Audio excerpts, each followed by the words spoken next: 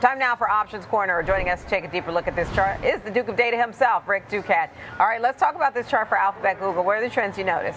Yes, good morning, Diane. Strong outperformance against both its own communications sector and the broader market, really outpacing them both here, up about 55.5% during the past year.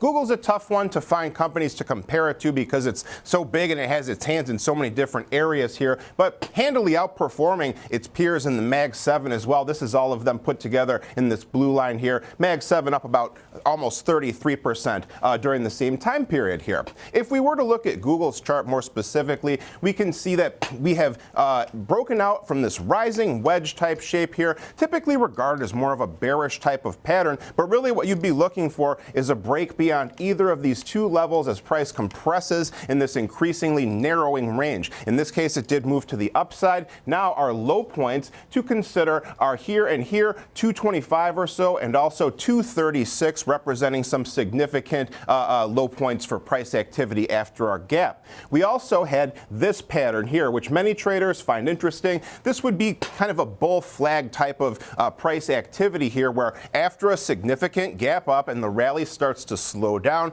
we see a sideways to downward consolidation that retreats back to typically an area of prior support. In this case, it was our old trend line. You can see that that was about the low point that we reached right here before our resurgence to the upside once more. However, we failed to take out those old highs here. 256 was around where we topped out previously. We did make intraday highs and a marginally higher close. 257.33 is the new point to watch, but still though, we haven't pushed above it yet here. Not really too terribly surprising since we still have earnings to consider. We formed a Harami type candle recently here, the small green candle completely swallowed up by the previous day's larger red candle, suggesting indecision, loss of momentum here, kind of stalling out here.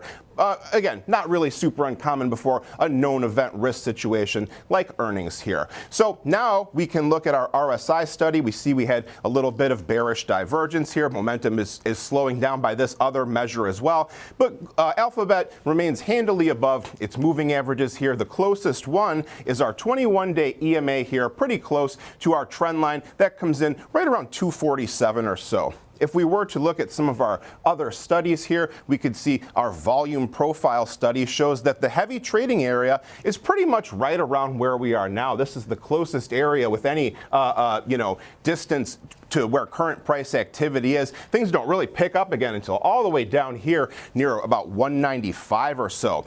If we were to think about our standard deviation channels as well, our blue linear regression line right here, our line of best fit, that's one idea traders use as a notion of fair value. That comes in right around 216. But then we can also extrapolate our standard deviation channels here and here are our +1 and +2 channels respectively. Those come in at about 245 and right around 272. So these are relatively extreme areas based on standard deviations away from that linear regression line. Those could be some other boundaries to consider here. So we also have our purple box here. That's our expected move for November 21st. It comes in at about ±9.7%.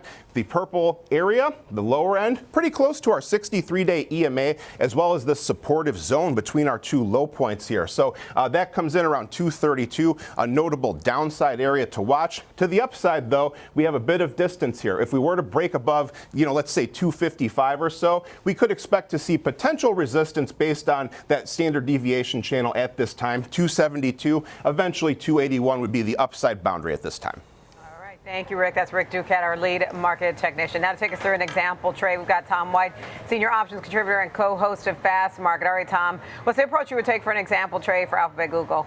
Yeah, just kind of looking at Rick's technical analysis of Google going into this report next Wednesday. Kind of reflects that, the bias has been towards the upside, right? The death of search from Google Alphabet has been kind of put to the side here. So I looked at a strategy. If you think this stock's going to continue to move to the upside, hit more all-time highs, Rick mentioned that 255 to 257 level has been an area of resistance. If you think we're going to break out above it, this strategy takes advantage of it, and vol levels between option series. So I looked at a bullish call diagonal here in Google Alphabet, where I'm going to go out to the November 7th weekly cycle, and I'm going to buy the basically at the money 255 strike call. Stock looks like it's going to open up about 256, right at or near all-time highs.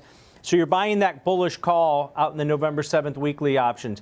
Then against it in the near-term October 31st weekly options, where you're going to capture that earnings event where implied volatility levels are elevated, we're going to sell the 270 strike call in that option series. So a bullish $15 wide, 1 week wide call diagonal. You're going to pay roughly for a $15 wide call diagonal. You're going to pay only about a debit of about $7 if the stock opens up here about 256. So there's your risk, $700 per spread. You can see here from the risk profile, our apex of profitability, where we make the most money on this type of trade, is at or near where we sold that 270 strike. But anything above about 258, 259 is going to be profitability on this one. And because you're paying less in the width of the call diagonal, anything above about 258, 259 is going to be profitability on this one. I mentioned that vol dispersion. In the November 7th weekly options, where I'm buying that 255 strike call, it's about a 51% implied volatility on aggregate.